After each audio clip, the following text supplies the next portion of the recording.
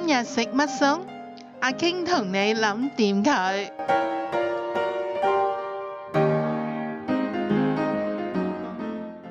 蒜頭豆豉蒸倉魚，材料呢就係有倉魚一條啦，有蒜頭、豆豉、葱、辣椒同薑嘅。首先呢，我哋就處理咗條倉魚先。你唔好以為呢倉魚冇鱗呢，人哋洗完之後呢返嚟你唔使理喎，唔得㗎。我哋要揾一把刀，咁樣刮佢，刮到呢，你望下出邊嗰啲潺啊嗰啲呢出晒嚟先，咁條魚呢就唔腥㗎啦。我哋咁樣刮佢，咁樣刮佢呢，咁啲潺啊鱗啊出晒嚟啦。跟住呢，我哋呢就要再用清水洗乾淨佢。條鰭呢，我就切咗佢啦。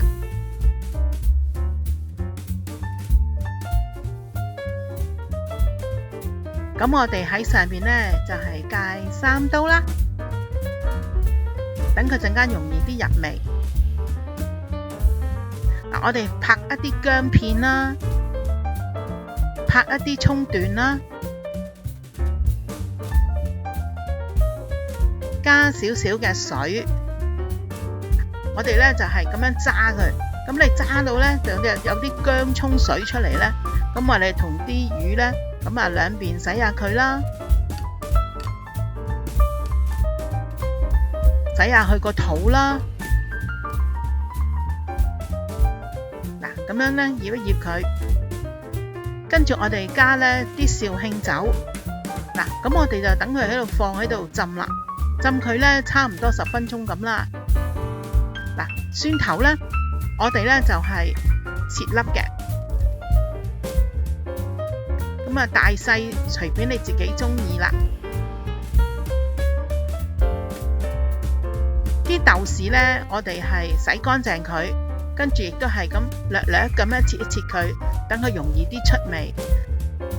薑呢，我哋都係呢切片再切粒。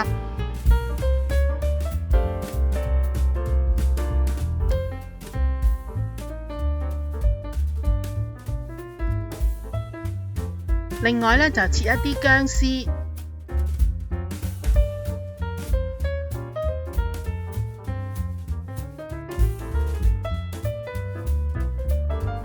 葱絲，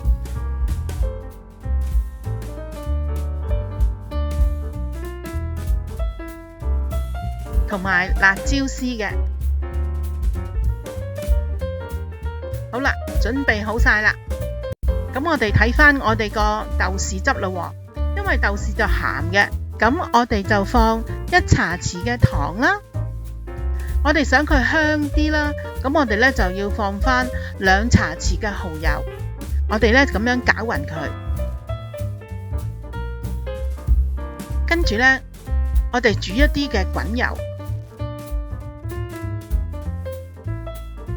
淋上去，咁呢就好香噶啦。我哋咁樣攪勻佢，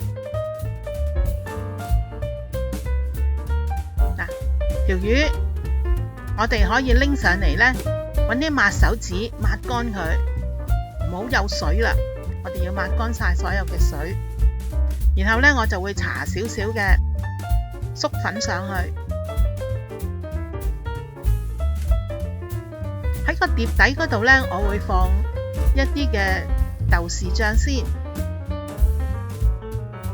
跟住放條魚上去，再將剩翻嘅豆豉醬呢就放喺面啦。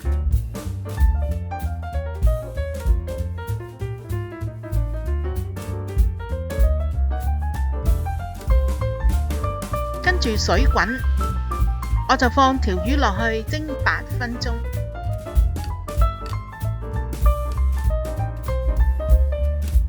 8分鐘一陣間就過啦。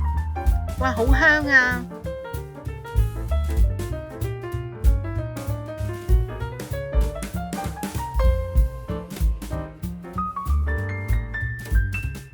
跟住我哋再煮一啲滾油，我哋將啲薑呢就放落去呢，咁樣半煎炸，令到佢變到係金黃色。